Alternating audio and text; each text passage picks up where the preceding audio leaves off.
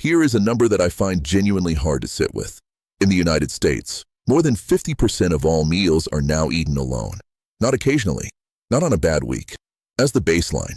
And that number has been climbing steadily since the 1980s, the same 4 decades in which chronic inflammation, metabolic disease, and anxiety disorders have all done the same. Now here is the second number. In the 5 blue zones, the places where people routinely live past 90 and sometimes past 100 in good health, eating alone is so rare it barely registers as a cultural concept. It is simply not something that happens. Not because they have more time, not because they are wealthier, because eating alone is understood, somewhere deep in the culture, to be a kind of harm. The difference between those two numbers is not genetics. It is not geography. It is a set of daily behaviors that the longest-lived populations on Earth have practiced for generations, and that modern Western life has systematically dismantled without ever quite naming what was being lost. I've been studying those behaviors for years. Today I want to walk you through what the research actually shows about this. Not just the food, not just the fasting window, but the full context in which these people eat. Because the context, it turns out, is doing as much work as the food itself. And I'll tell you right now, the thing I want to show you last is not a food. It is not a supplement. When I first understood it clearly, when I finally saw it not as a cultural curiosity, but as a biological mechanism, I went back and reread the source paper because I wanted to make sure I had the numbers right.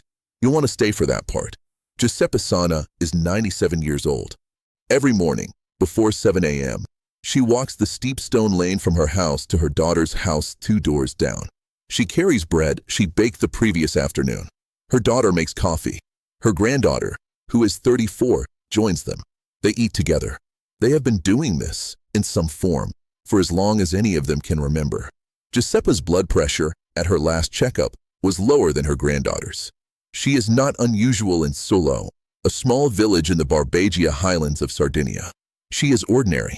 And that, if you've spent any time thinking about what blue zones actually teach us, is the most extraordinary part. Now meet Daniel. He's 54, lives in Phoenix, works in logistics management. He eats well by most standards. Protein shake in the morning, a salad at his desk around noon, grilled chicken and vegetables for dinner, usually in front of his laptop or occasionally in front of a television. He has a fitness tracker. He takes magnesium, vitamin D, and a probiotic. His doctor told him his inflammation markers were elevated but not alarming. He's tired more than he thinks he should be.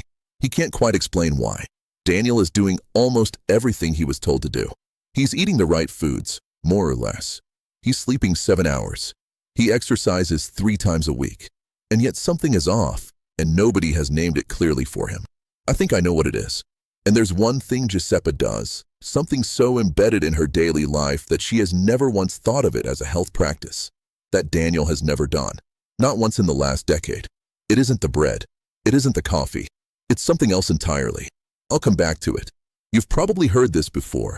Eat more whole foods, reduce processed sugar, get enough fiber, watch your saturated fat. That advice is not wrong.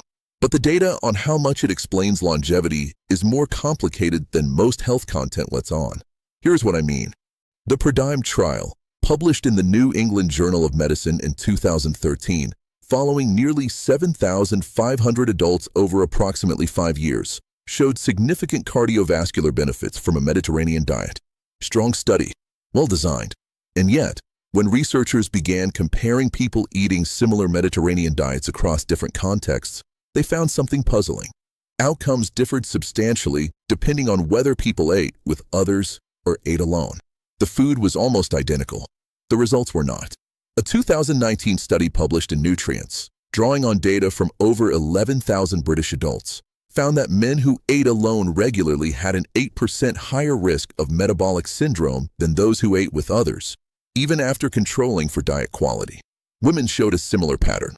The researchers noted that the finding held across income levels and body weight categories. It wasn't about the food. It wasn't about exercise. The social context of eating was an independent variable. Americans spend approximately $42 billion a year on dietary supplements. The Sardinian highlanders, who are statistically among the longest-lived people on Earth, spend nothing on supplementation. Their inflammatory markers, specifically C-reactive protein and interleukin-6, are measurably lower than age-matched Americans following supervised diet programs. The researchers looking at this data kept asking the same question: what are we missing? The answer was not in the food. What I want to show you today comes in 3 layers, and they build on each other. The first is a specific Sardinian food that is doing significant biological work that most Western nutrition ignores. The second is a preparation practice that determines whether that food works or doesn't, and that almost no one outside of traditional Sardinian cooking is doing correctly. The third is the mechanism that ties both of them together, and it is the piece that changed how I understand all of this. Cannonau wine gets mentioned frequently when people talk about Sardinian longevity. It's the easy headline: the antioxidant-rich red wine with 2 to 3 times the polyphenol content of most other varieties. And the polyphenol story is real. But I want to talk about something that gets far less attention: Sardinian sourdough bread, called sivraxiu, or simply pain carousel in its crisp bread form, and specifically what happens to it during the 48-hour fermentation process that traditional Sardinian bakers still use. Giuseppa makes her bread with a starter that is, by family reckoning, over 40 years old. She feeds it twice a day. The fermentation time for her loaves runs between 24 and 48 hours before baking. That is not convenience. That is not tradition for tradition's sake. That is, as it turns out, a precise biological process that transforms what the bread does inside the body. Here is the mechanism. Standard commercial bread, including most sourdough sold in supermarkets, which is typically fermented for 4 to 6 hours with accelerating agents, contains high levels of a compound called phytic acid. Phytic acid binds to minerals including zinc, magnesium, and iron during digestion, which means your body absorbs significantly less of those minerals than the nutrition label would suggest. A 2010 study in the Journal of Agricultural and Food Chemistry found that extended fermentation, specifically beyond 24 hours, degrades phytic acid by up to 90%. The bread becomes a fundamentally different food, the same grain, transformed by time. The second mechanism is glycemic response. A study published in Acta Diabetologica in 2008, conducted by researchers at the University of Sassari in Sardinia, found that traditionally fermented sourdough bread produced a significantly lower glycemic response than industrially produced bread, even white industrially produced bread made from identical flour. The long fermentation modifies the starch structure. The body reads it differently. Blood glucose rises more slowly, stays more stable, drops without the crash. And the third mechanism is the gut microbiome effect. The lactobacillus strains that develop during authentic long fermentation sourdough survive partial baking and reach the gut in forms that feed beneficial bacterial populations. A 2020 paper in Frontiers in Microbiology, examining the microbial composition of traditional Sardinian sourdough starters, identified strain diversity that is simply absent in commercial sourdough products. This isn't marketing, it is microbiology.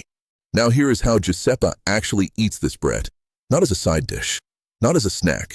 As the base of the meal, a thick slice, about 80 to 100 grams, with olive oil and whatever seasonal vegetable or legume is the main event.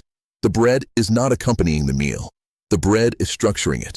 Carbohydrates are present, but they are complex, fermented, mineral-available carbohydrates arriving with fiber and fat, never alone, never fast. The mistake most people make when they read about Sardinian bread is that they try to add it to their existing diet. They look for sourdough at the bakery, and almost all bakery sourdough is fast fermented, minimally different from commercial bread in its actual chemical profile, and they eat it alongside their regular meals. That doesn't work. The replacement is the point. The bread is replacing processed carbohydrates that spike blood sugar and feed inflammatory pathways, not adding to them. If you want to do this seriously, the path is simple but not fast. Find a traditional sourdough starter. There are communities that share genuine long-fermented starters, or you can build one over 2 weeks from flour and water. Allow your bread to ferment for a minimum of 24 hours before baking. Eat roughly 80 to 100 grams with your largest meal. Make that meal lunch, not dinner. The Sardinian Highlanders eat their largest meal at midday, which connects to something I want to come back to. And eat it with olive oil, never with butter, never with processed spreads. Take a moment right now and think about the last 3 times you had bread. Was any of it fermented for more than 24 hours? If you don't know, the answer is almost certainly no. This is the first layer. And it explains, at most, 30% of what is happening in that 97-year-old woman's body. The second layer is olive oil, but not olive oil the way most people in the West use it. In the Barbagia highlands, olive oil is consumed in quantities that look excessive to outsiders. 40 to 50 milliliters per day is not unusual, sometimes more. Not as a condiment, as a primary caloric source. And the quality of the oil matters in ways that are mechanistically specific. Here's what I mean. Extra virgin olive oil contains a compound called oleocanthal. In 2005, researchers at the Manel Chemical Senses Center published a landmark paper in Nature identifying oleocanthal as a natural inhibitor of the same inflammatory enzyme pathways targeted by ibuprofen, COX-1 and COX-2. The anti-inflammatory effect of 50 milliliters of high-quality extra virgin olive oil is roughly equivalent to about 10% of a standard adult ibuprofen dose. That sounds small, but it is happening every single day, consistently, across decades. And unlike ibuprofen, it is arriving with over 30 other phenolic compounds, with monounsaturated fatty acids that actively lower LDL oxidation, and with vitamin E in a form the body absorbs efficiently. The problem is that oleocanthal is degraded by heat and light. Most of the olive oil sold in supermarkets, even labeled as extra virgin, has been stored in clear glass or plastic containers, often traveled through warm supply chains, and may be many months old by the time it reaches the shelf. A 2015 study from UC Davis found that more than 69% of imported olive oil sold in California failed to meet international extra virgin standards, primarily due to oxidation. Giuseppa's olive oil comes from her neighbor's grove. She knows when the olives were pressed. She stores it in a ceramic container away from light. She uses it cold, drizzled over bread, over vegetables, over legumes, and cooks with it only at low heat. She has never seen a laboratory study on oleocanthal. She has simply done what everyone around her has always done. The protocol that emerges from the research: 40 to 50 milliliters of genuinely high-quality extra virgin olive oil per day, stored in dark glass or tin, used cold as often as possible, never heated above medium. If it doesn't have a slight peppery burn at the back of the throat, that is the oleocanthal. It is likely degraded. Find a different source. This is where the Sardinian pattern becomes more than a food story. The bread reduces glycemic volatility. The olive oil suppresses chronic low-level inflammation. The two work together in ways that the research is only beginning to map precisely, because studying isolated nutrients misses what happens when they arrive together, in the same meal, in the same body, consistently over time. Now you have two pieces of this. Most health content would stop here. Here's the food. Here's the protocol. Go do it. But when I look at how Giuseppa actually lives, there is something else happening that determines whether any of this biology plays out the way it should. And it is the piece that the researchers in the original Blue Zone studies almost overlooked because it seemed too sociological to be a medical finding. Here is what the Western version of Giuseppa's life looks like. We spend approximately $3,200 per person per year on healthcare costs related to metabolic syndrome, hypertension, insulin resistance, chronic inflammation, abdominal obesity. Sardinian Highlanders, whose metrics on all of these markers are significantly better than ours, spend a fraction of that. They walk to places instead of driving, not as exercise, but because their villages are structured that way. They tend small gardens, not for recreation, but because the food is there. They drink Cannonau wine, 1 to 2 small glasses, with lunch, with someone else, never in front of a screen. They nap in the early afternoon. They do not have a morning supplement routine. They have a morning walk to a neighbor's house. Their doctor was their dinner table. Their therapy was a 2-hour lunch with 3 generations. Their gym was the hill behind the house that they climbed daily, simply to get anywhere. No tracking apps. No heart rate monitors. Number 90-day transformation programs. Just food, people, steep roads, and time. Here is what I promised you, and it is not what you probably expected. The researchers studying the Barbagia highland centenarians kept finding something anomalous in their data. The men in these villages, unlike men in virtually every other population studied, showed no significant increase in mortality risk compared to women until very late in old age. This is unusual. Men typically die younger than women across almost all studied populations. In Barbagia, the gap narrows dramatically. The researchers published on this specifically in 2006 in the journal Experimental Gerontology. What they found was not a food. It was not a biomarker. It was a social structure. Sardinian men in these villages maintained, throughout their entire lives, a specific kind of daily communal gathering. Not with family, with peers.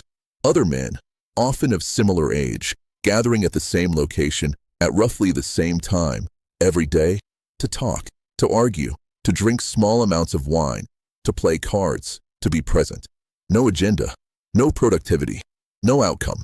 The Sardinian term for the gathering point is the social cafe, the local bar or piazza, but the practice is much older than any institution.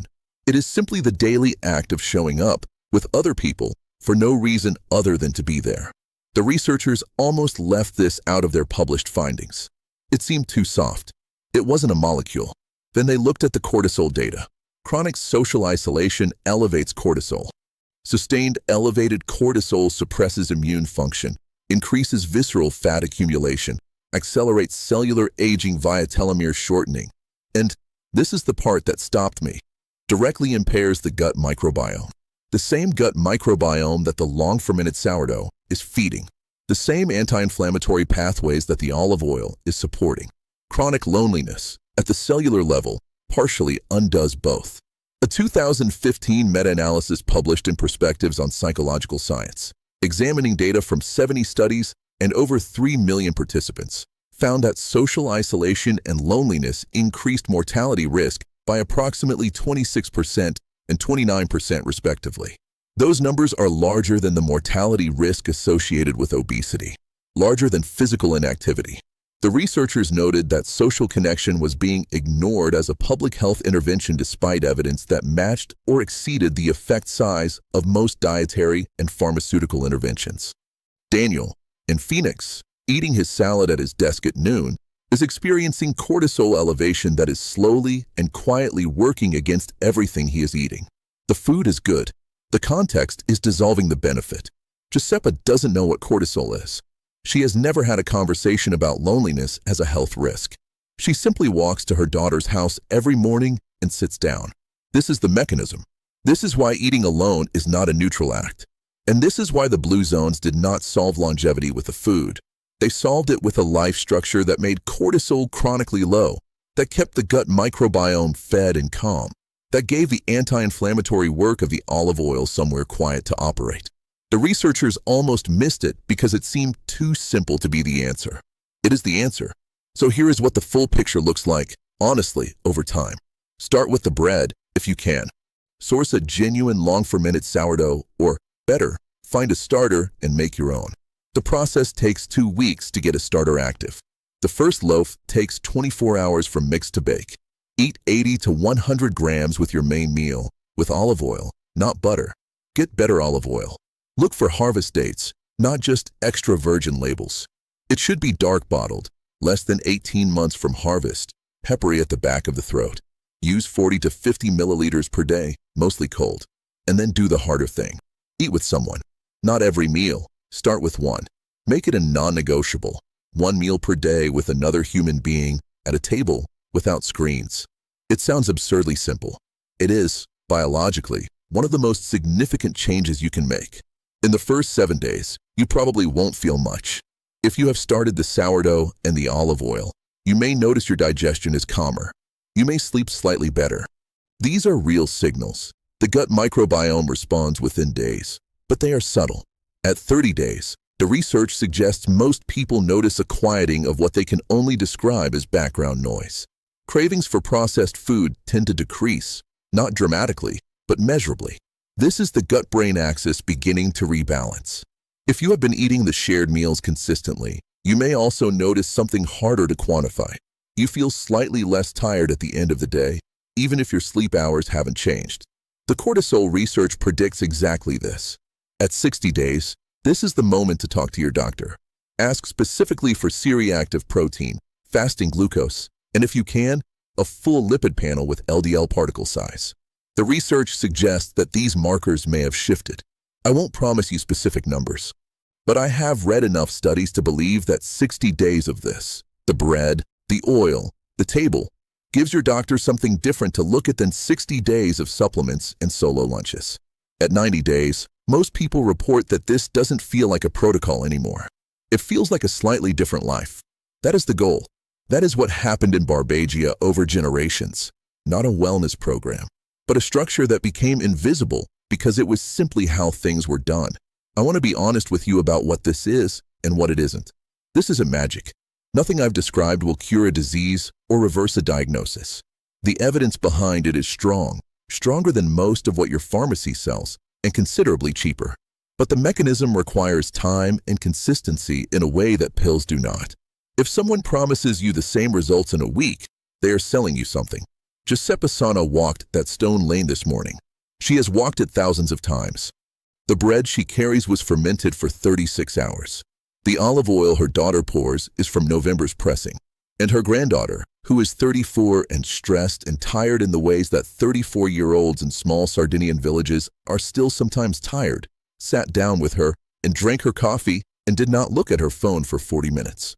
That 40 minutes is doing biological work, not metaphorically, at the cellular level, in measurable, publishable, replicated ways. The distance between you and Giuseppa is not her genetics. It is not the Sardinian air or the particular mineral content of Barbagia water. It is a series of small, structural choices made consistently over time that have become so ordinary she would laugh if you told her they were the reason she is healthy. Your job is to make them intentional until they become invisible. Tonight, open your pantry. Find the best olive oil you have, whatever it is. Pour it over whatever you're eating. Sit down. If there is a person in your life you could text right now to eat with tomorrow, once, at a table, without your phones, send that text before you go to sleep. That is day one. I put a new piece of this research out every single day. Different zone, different centenarian, different layer of the biology. Subscribe so you're here for tomorrow's. And tell me in the comments, when was the last time you ate a full meal with someone else, at a table, with no screens? Be honest. I read every single comment.